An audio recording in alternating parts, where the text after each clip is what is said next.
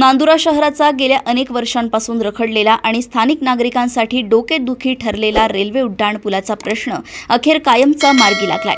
आमदार चैनसुख संचेती यांच्या सातत्यपूर्ण आणि यशस्वी पाठपुराव्यामुळे या पुलाच्या बांधकामासाठी 210 कोटी 48 लाख रुपयांचा भरघोस निधी मंजूर झाला असून प्रत्यक्ष कामालाही सुरुवात झाली आहे।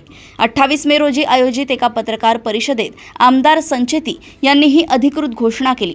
या पुलासाठी त्यांनी दिल्लीत केंद्रीय रस्ते वाहतूक मंत्री नितीन गडकरी आणि केंद्रीय रेल्वे मंत्र्यांची भेट घेऊन या समस्येचे गांभीर्य त्यांच्यासमोर मांडले होते।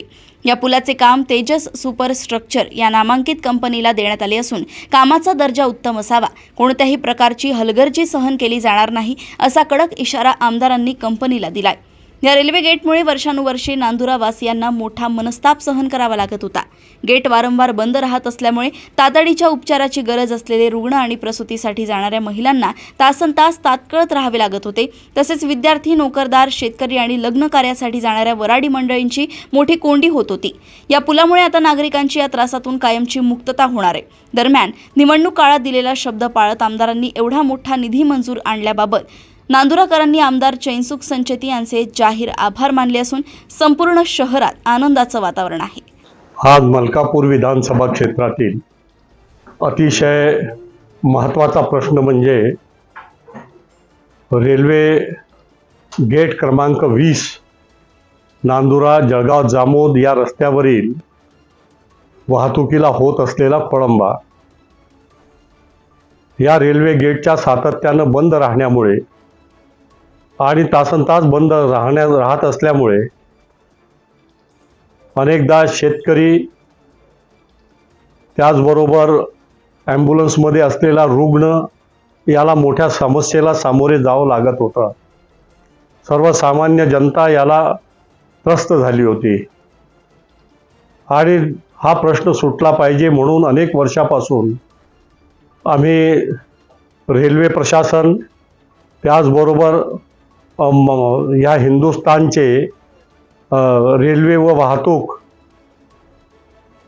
मंत्री म्हणून ज्यांनी काही काळ जबाबदारी सांभाळली होती, रस्ते व वाहतूक मंत्री आदरणीय श्री नितीनजी गडकरी यांच्याशी वारंवार अनेकदा दिल्लीला जाऊन संपर्क साधला आणि हा प्रश्न सुटला पाहिजे अशा प्रकारचा आग्रह त्यांना वारंवार विनंती वजा केला।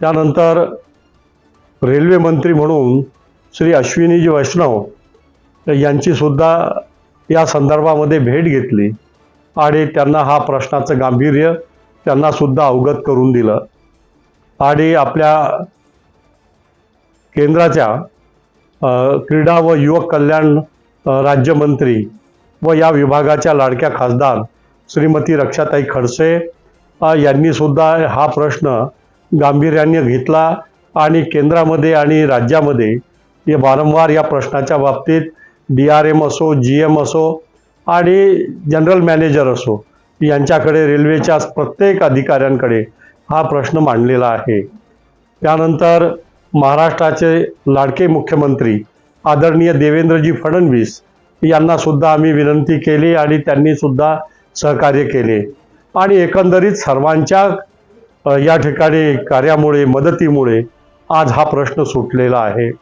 या प्रश्नाचं म्हणजे आरोबीचं बांधकाम, अंडरपासचं बांधकाम आपल्या तेजस सुपरस्ट्रक्चर प्रायव्हेट लिमिटेड या कंपनीला या ठिकाणी अलॉट झालेलं आहे। हे वर्क ऑर्डर सुद्धा आज माझ्याकडे आहे आणि 18 महिन्याच्या कालावधीमध्ये हा रस्ता पूर्ण होईल, हा आरोबीचं बांधकाम होईल, अंडरपासचं बांधकाम होईल आणि याकरता 210 कोटी 48 लाख रुपये हा NHAIनी मंजूर केलेले आहे आणि सर्व प्रकारची डिझाईन वगैरे तयार करण्याचं काम मोठ्या प्रमाणात चालू आहे।